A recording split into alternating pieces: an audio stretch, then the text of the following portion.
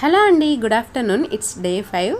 మీరు చూస్తున్నారు కదా నాకు ఎలా చెమటలు కారిపోతున్నాయో. మనకి ఈ సమ్మర్లో వచ్చేసరికి డైట్ చేయడం చాలా ఈజీ, కానీ అండి వాకింగ్ కానీ ఎక్సర్సైజ్ చేయడం చాలా కష్టం. ఎందుకంటే చెమటలు కారిపోతూ ఉంటాయి, చిరాగ్గా అనిపిస్తూ ఉంటుంది, గాలి కూడా రావట్లేదు అసలుకి.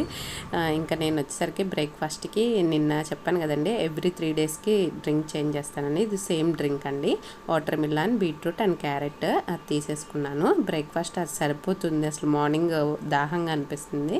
ఇంకా నెక్స్ట్ లంచ్కి వచ్చేసరికి నేను పన్నీర్ కర్రీ అండ్ కీరా బ్రౌన్ రైస్ తీసుకున్నానండి.